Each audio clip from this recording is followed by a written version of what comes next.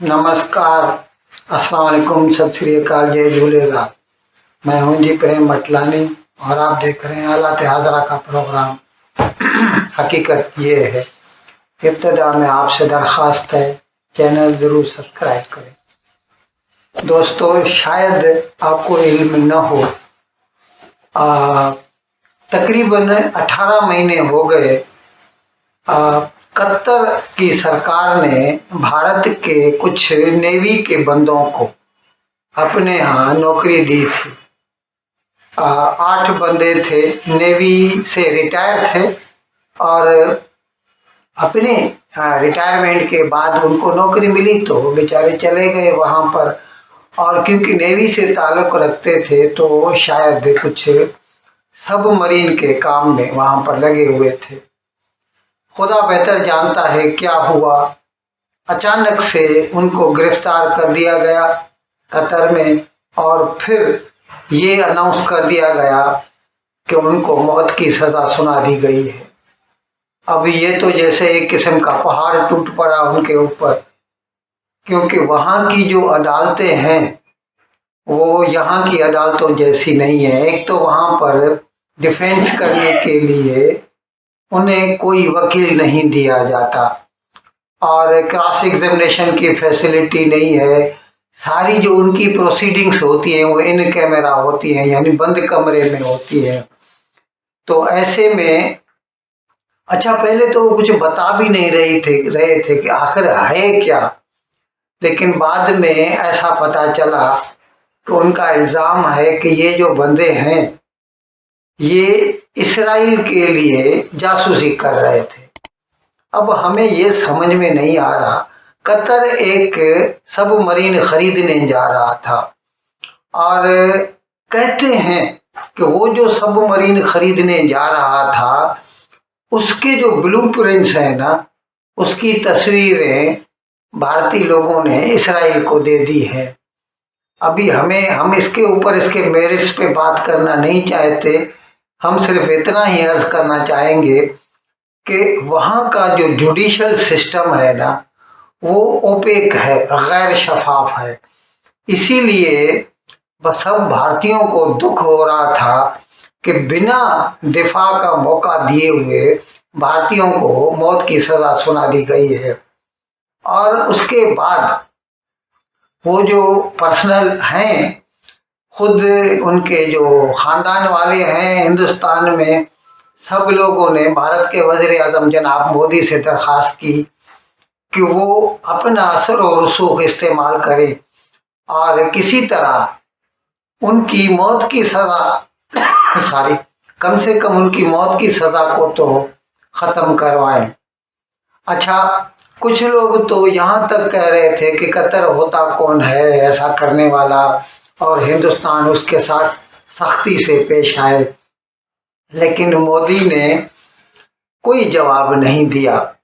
अब अचानक से अभी जैसे 1-1.5 महीना पहले दुबई में एनवायरनमेंट प्रोटेक्शन के लिए कॉन्फ्रेंस हुई थी, ऑल वर्ल्ड कॉन्फ्रेंस थी, जहाँ पर सारी दुनिया के जो ममालिक हैं उनके हेड्स ऑफ गवर्नमेंट इकट्ठे हुए थे।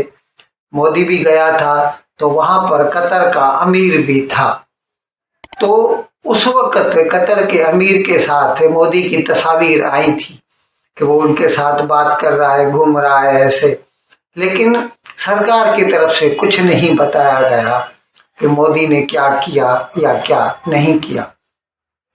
बाद में कुछ दिनों के बाद ये पता चला कि कतर की सरकार ने वो जो 8 बंदे हैं उनकी मौत की सज़ा को कैंसिल करके उनकी सज़ा को कम्यूट करके उम्र कैद में तब्दील कर दिया है। चलिए, शुक्र है उन लोगों की जान तो बच गई, लेकिन ऐसे रहा है कि मोदी ने अपनी कोशिशें, अपनी काविशें जारी रखी।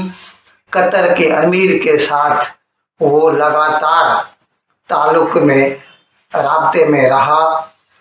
और ये हकीकत ये है कि भारत, जैसे हम कई प्रोग्राम कर चुके हैं, आपको बता चुके हैं कि इस वक्त दुनिया की 5वीं बड़ी इकोनॉमी है। तो ये पूरी दुनिया जो है ना, ये इंटरडिपेंडेंट है। भले कोई कितना भी बोले कि मैं अब सबसे अमीर हूँ, ये मेरे पास ये है वो है, लेकिन सब लोगों के एक दूसरे में काम पड़ते ही रहते हैं। अभी कुछ दिन केवल ये रिपोर्ट आई कि भारत ने कतर से एक बहुत बड़ा सौदा किया है LNG का, लिक्विफाइड नेचुरल गैस का। और ये जो सौदे होते हैं ना, ये बिलियंस ऑफ डॉलर्स में होते हैं। और ये भी मैं आपको बता दूं कि दुनिया में सबसे ज़्यादा नेचुरल गैस बेचने वाला कतर ही है, और उसकी सबसे बड़ी कमाई ये गैस के बेचने की वजह से होती है।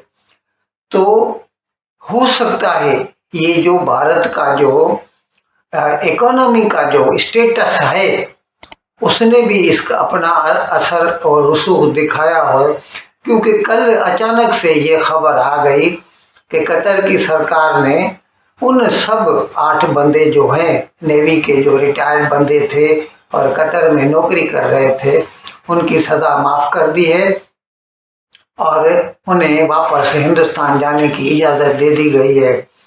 8 में से 7 बंदे कल वापस दिल्ली आ गए और उन्होंने यहाँ आकर ये बयान दिया कि हमें खुशी है कि हमारे वज़ीर आज़म की कोशिशों से हमारी जान बच गई और हम आज रिहा हो गए। एक बंदा बाकी है उधर, और वो भी उसका कुछ कानूनी कुछ ऐसा था, पासपोर्ट वगैरह वीज़ा का कुछ ऐसा होगा, जो सब जैसे ही ठीक हो जाएगा तो हमें उम्मीद है आज नहीं तो ज़्यादा से ज़्यादा कल तक वो भी वापस आ जाएगा। अब हम यहाँ पर सिर्फ इतना कह रहे हैं कि ये लोग, कुछ लोग जो ऐसा कह रहे थे कि भारत को कतर के साथ सख्ती से पेश आना चाहिए था, तो ये गलत था। हकीकत में हमारा जो टारगेट होना चाहिए, हमारा जो निशान होना चाहिए, वो ये है कि हमारे बंदों का भला कैसे होगा। हमें सख्ती दिखाने से अगर हमारे बंदों की जान खतरे में पड़ती है तो उसको अक्ल की बात तो नहीं कहेंगे। अब proof of pudding is in the eating. आज हम देख रहे हैं कि मोदी की नरम रवि से, मोदी की इस जो है दरखास्त गुजाराना जो उसका रवैया रहा कतर की सरकार के साथ, आज उसके नतीजे में भारतीय बंदे रिहा हो गए, वापस हिंदुस्तान आ गए हैं। तो इससे यही साबित होता है कि मोदी की जो पॉलिसी थी वो सही थी। और इवन अदरवाइज आप खुद सोचिए, आपको मालूम है 110 बिलियन डॉलर भारत को जो है हर साल फॉरेन एक्सचेंज आता है बाहर से। जो इंडियन एक्सपेट्रिएट हैं, NRIs हैं, वो भारत को हर साल 110 बिलियन डॉलर बेचते हैं, और उसमें से 40% मगरबी एशिया वस्ती वेस्ट एशिया से, या मशरक़ वस्ता जिसे मध्य पूर्व मिडिल ईस्ट भी कहते हैं, वहाँ से आता है। ये सब मुसलमान ममालिक हैं, इन सब में डिक्टेटरशिप है या बादशाही है। उनके साथ कभी भी जो है दादागिरी वाला रवैया काम नहीं कर सकता। और हमारा अगर लॉन्ग टर्म इंटरेस्ट को नज़र में रखना है तो किसी न किसी तरह उनके साथ बनाए रखनी है, और ये बात मोदी से ज़्यादा बेहतर और कौन समझ सकता है। और मैंने जैसे कहा, proof of pudding is in the eating, the results speak for themselves. आज हम देख रहे हैं अपनी आंखों से कि हिंदुस्तानी बंदे रिहा हो गए और वापस भारत पहुंच गए। थैंक्स गॉड, शुक्रिया खुदा का, आज वो बेचारे वापस पहुंच गए। इन अल्फाज के साथ मैं आज का प्रोग्राम ख़त्म करने की आपसे इजाज़त चाहता हूं, लेकिन विदाई लेने से पहले एक मरतबा फिर आपसे मेरी दरख्वास्त है, जिस किसी साहब या साहबा ने अब तक हमारे इस चैनल को सब्सक्राइब नहीं किया, अज़राए करम इसको जल्द से जल्द सब्सक्राइब करें, प्रोग्राम को लाइक करें, शेयर करें और घंटी का बटन दबाना न भूलें। बहुत बहुत शुक्रिया। खुदा हाफिज़।